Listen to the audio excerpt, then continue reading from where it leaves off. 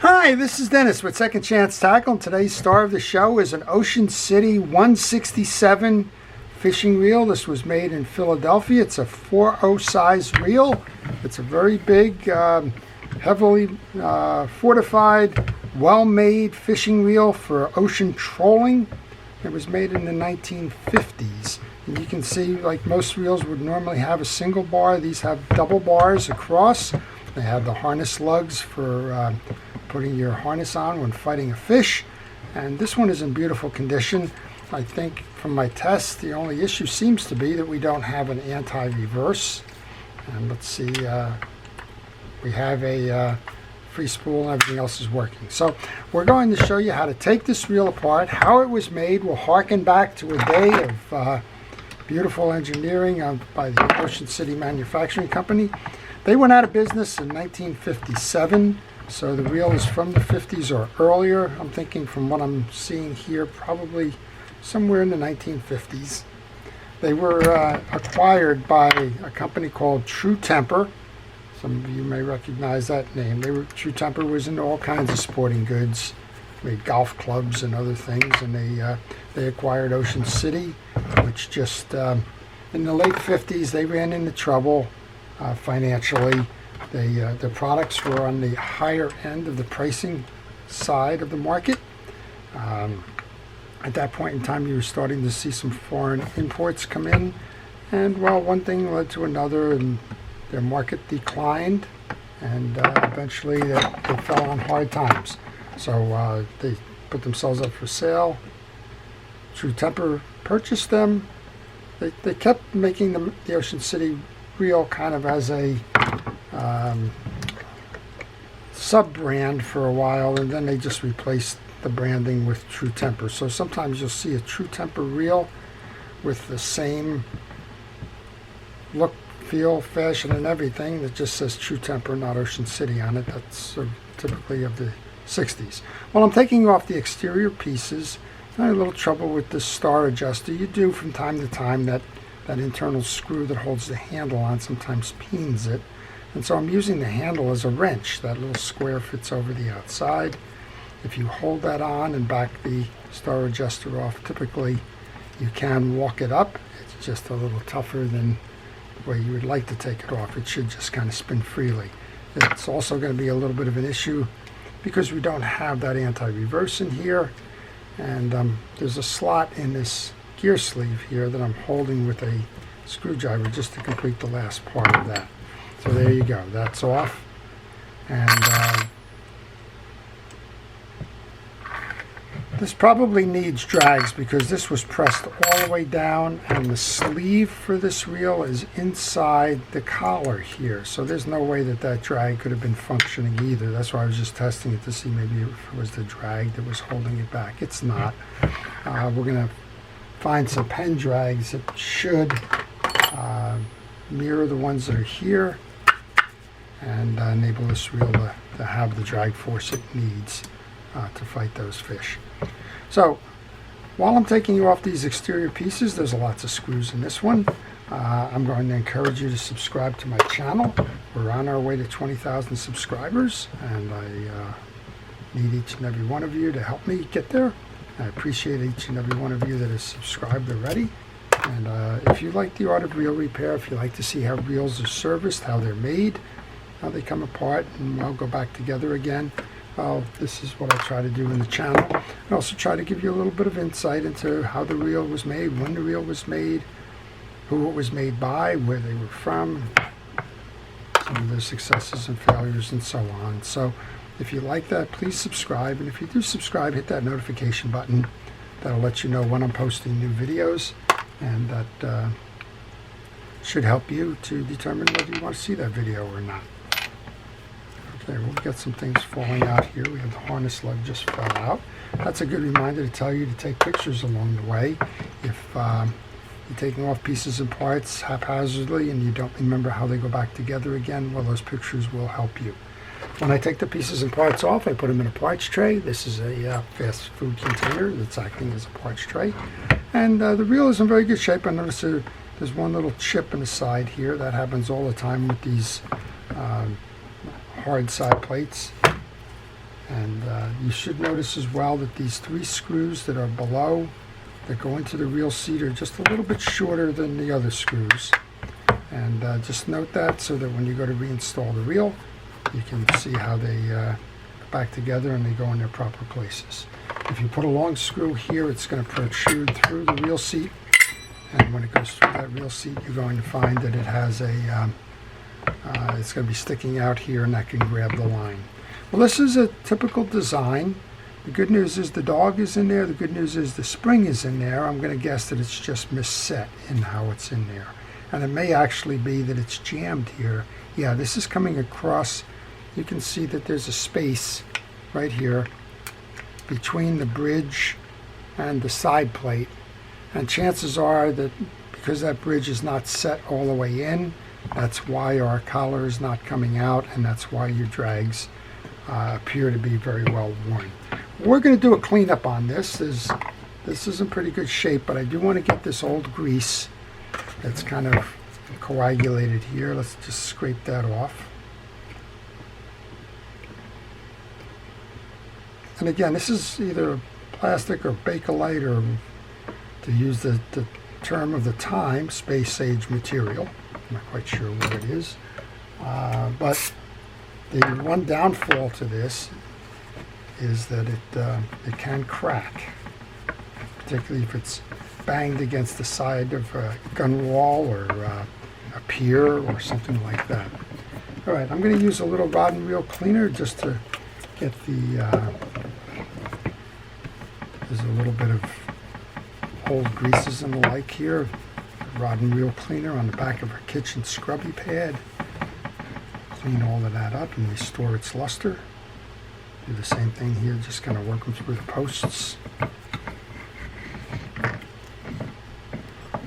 And as I mentioned, this is in nice condition given that it's, well, 60 years old or so. I'll just put a little bit on this thing here and do our best to restore that shine. That rod and reel cleaner is made by Penn Reels. It works on all reels. All right, so we got that out of the way. This is a side plate adjuster bearing on this side, so you want to put a little grease in here. That's where the spool is going to anchor on that side, this side of the spool here that has some of that old grease on it. That's going to sit in that cavity of that adjuster. You can free or loosen the spool's play. We'll show you how to adjust that when we get done. You want a little bit of play in that spool, and that adjuster bearing is going to do that for you. All right, so we're going to just clean that off. And we'll put a little bit of grease on this side just in case it didn't get inside the cavity. We'll reseat the spool. We'll go over to the business end, show you how that's made, see what we can do there. Oh man, I'm going to take care of this side of the spool. If you have any questions on this reel or any reel in particular, maybe you're working on one and you're stuck, if you leave that question in the comment section, I'll try and get you an answer. I may not know the answer. If I do, I'll certainly shoot it right back to you. If I need to do some research or point you in a different direction, I'll try that as well. There's 4 bridge screws. You saw the tag ends of them. There's a jack and a yoke and a pinion gear. To do this, you're going to have to take the jack and then the yoke and then the pinion gear out. And please take pictures right here if you're doing this, because there is a couple of things going on here. There's a jack that slides between 2 heads of a retaining rods that have springs on them, and there's springs underneath here. So when you work this out, things can happen quickly. So take a picture. Here's your jack. This is the back end of your lever. There's 2 springs. Then your yoke assembly comes up. Notice your yoke assembly, because it's not like some of the others. It has a rectangular pinion gear that faces in. And then we have those 2 big screws, those springs. I'm going to put those into the tray. All right. How you do this is up to you. There's a stud on the back here that faces inward. And I'm going to use a little bit of steel wool with a little bit of metal polish on it to get the old grease off the yoke. And we'll do that on both sides. You want the carrier for the pinion gear to move easily, and that grease will retard that movement. This is your carrier. You want to inspect that.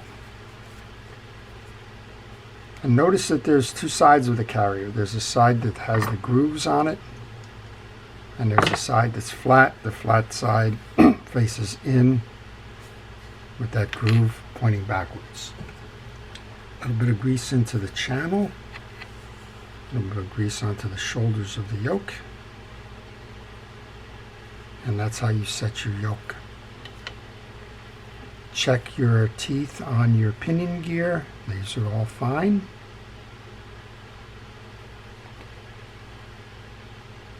Just going to put a good helping of grease on there. The reel needs the grease. I use Penn Precision reel grease. You can use whatever grease you like, but just please make sure that it is a fishing reel grease. There's just a little bit of shellacked or dried grease on the back of the jack here. We'll just take care of that. I'm just going to leave those right on the side there. They can go in your parts tray. And if this is falling out, don't worry. It goes right back in. But notice the orientation on this. This is a square, and you can put the square in any way you want, but make sure when you put the piece back in that the free spool release is pointing up. 4 screws. Let's go ahead and take those out. Now I hold my hand cupped when I go to take a bridge out because there's a spring under there, as I noted.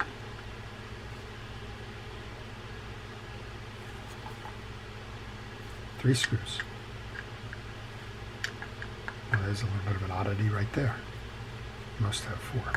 These screws up top here control those little studs that hold the yoke in place. Alright, with those screws loosened, that bridge should just come right out now.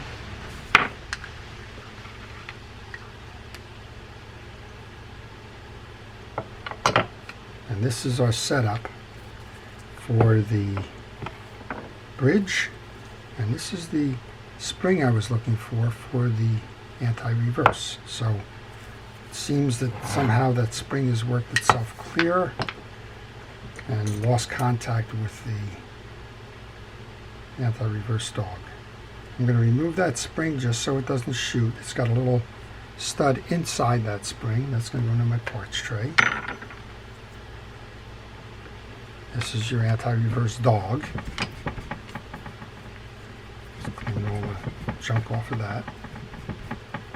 And right where that little lip is, right here, that's where that metal piece of the spring is going to ride. Alright, there's a little bit of grease and the like inside here, so we're going to take care of that. And we'll take a look at what's going on with those drag washers there. I'm thinking that that's going to be a hard asbestos type of a washer. If it is, we'll simply add a shim to move that out. Again, some of the lack of drag coming through that case there is probably the fact that they're compressed, but mostly likely it's because the bridge was not set properly.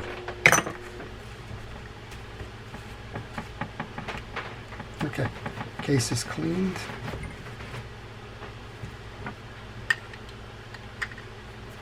There's just 1 or 2 little pieces of hardened grease there. I use a cotton swab and penetrating oil to do the cleaning there. Alright, let's take a look at what's going on the bridge.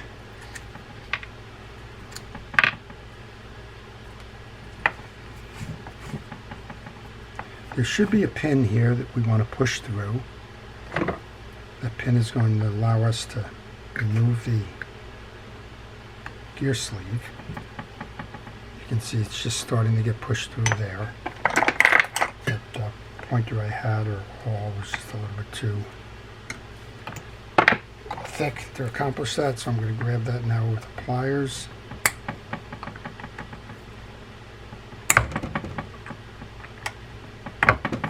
And And this is the pin we were referring to, right there. And now we can pull the sleeve up and off and clean that bridge. Now, I got a lot of things going on my desk here. I don't recommend that you do it this way. I get uncomfortable doing it this way, so I'm going to just take some of these pieces and parts that we've had laying out there.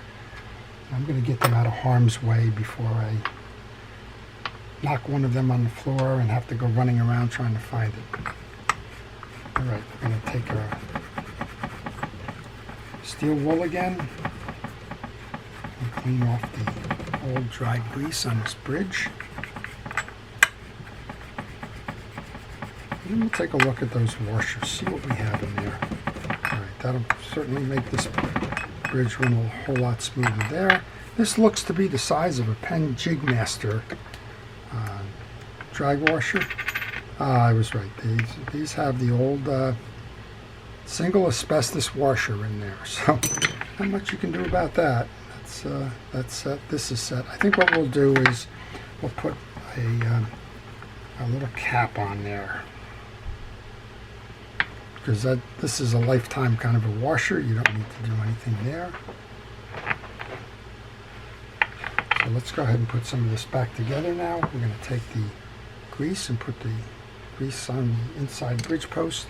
You'll see that indentation there. That's where that pin is going to hold this onto. So we'll go ahead and put that back on. We'll grab that pin. Let's move it over in camera here. Tap that in. Make sure it clears. Give it a spin. Make sure that works. Check the teeth on the main gear. Make sure that those are all good.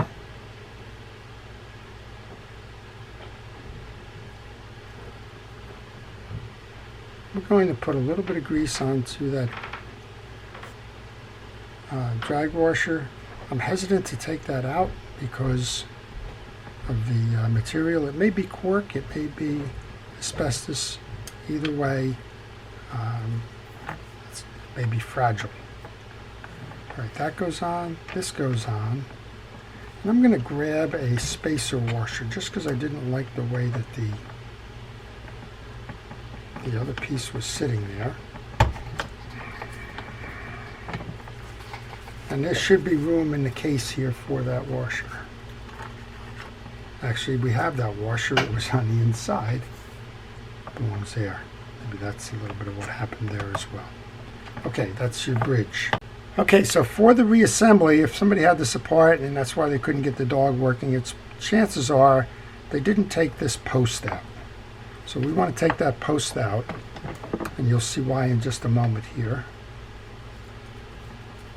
But that post is going to be in the way of setting that dog spring. So it can come out easily enough, but it can't go back in.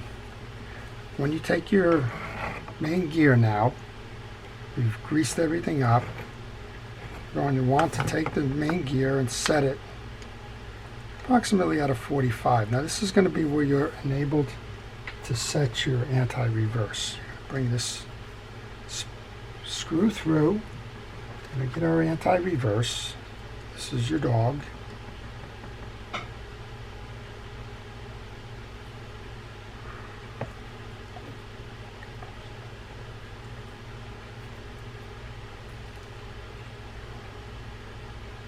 Just trying to work that anti-reverse dog over the screw. There we go. I've rotated this the right way. It wouldn't work the other way, that's for sure. Let's get that little bullet spring. That's a spring that does have that little metal piece on the end of it, so you're going to have to be careful with that. And now this can get inserted into that cavity. I go metal part first, and then I work the spring in. I push it down to make sure it's firmly established. Now you can see how that metal piece on the dog is being pushed by that spring for the anti-reverse. Hold that and rotate the bridge until you can lock that in with the screw. And you can tighten that down. Sometimes this is kind of like finger gymnastics when you're trying to do the camera work. And give it a turn, and you can hear that that anti-reverse is working. And that's kind of solving the issue with this reel. I'm going to bring this back here and put the 2 screws back in. Then we'll go up top, we'll set the rest of the internals, we'll put this back on, we'll give it a try. Now I'm looking and I see that right away we have the collar for the drag washer is on top of or outside of the field of play there. So we're in good condition with the reach to enable it to use the drag system. Before we can install the rest, we have to put this post back in. That goes in the cavity with a screw from underneath.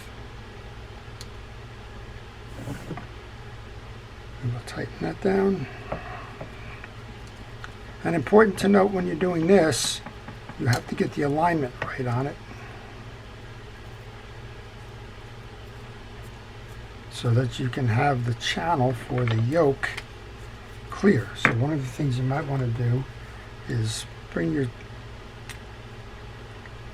jack right back into place here. Make sure that the indentation on that bar rests properly. If you put that where the corner of the bar was not perpendicular to this piece, you're going to have a hard time getting that jack back in. All right. Get the 2 big springs that we took off. They go on top of each. Use your grease brush to put a little bit in the back end of the cavity. Next up is the yoke assembly. You have to center that over the 2 posts, over the springs, and you have to push down so that you have the clearance. Next to is your small springs. Now this works on pretty much any Ocean City reel. Just like Penn, Ocean City pretty much had a good design, and they carried it through the various sizes of the models. Oop, I got ahead of myself. There's a gear. That wouldn't work very well, would it? There's a gear I forgot to put on. There you go. The gear goes into the cavity there. Always something. That's why I like the parts tray, even though that wasn't sitting in the parts tray. Became very noticeable by its absence. All right. So now we have the gear set. The yokes are down. We have clearance for the jack. We have the springs in the cavity, and you want to just insert the jack into those 2 slots, line up your hole for that screw. And let's put the screw into the lever arm assembly.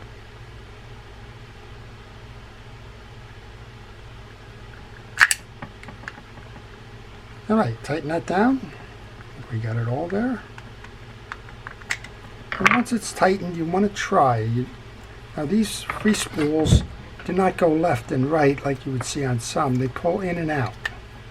So you'll notice here that it's pulling that assembly off the bridge, and it's allowing that spool to run free.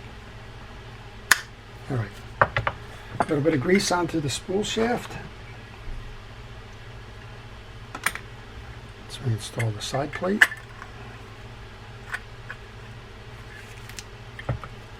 Now I'm going to put 2 screws in here to hold it before I go and put that lug back on.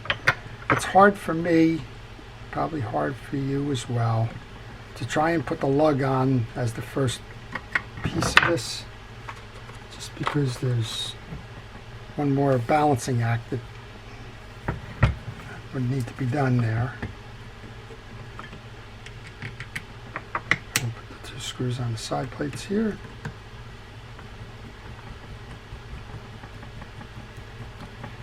I'm not tightening them all the way down. I'm leaving myself some room. Remember what we said. We have the small screws down below. So make sure that you have your screws sorted out properly. And now we'll go ahead and put that lug up top.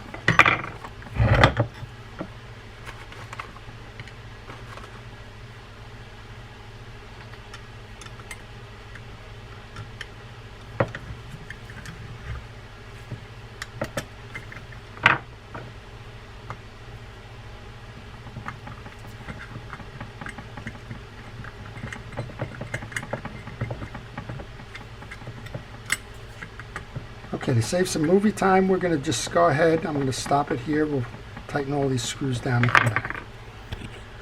Okay, just finishing up that last screw then. We have our collar inside. Next up would be the star adjuster. And this one's always fun on these old ones, again, because sometimes they peen out. Just make sure that you've got it squared up. And there's a slot in here that fits a screwdriver. And you want to take advantage of that. And for the right blade. That'll hold it down while you get it started. And again, some of these older reels, particularly on Ocean City, for some reason they just want to be stubborn. And then use the handle as the wrench the rest of the way.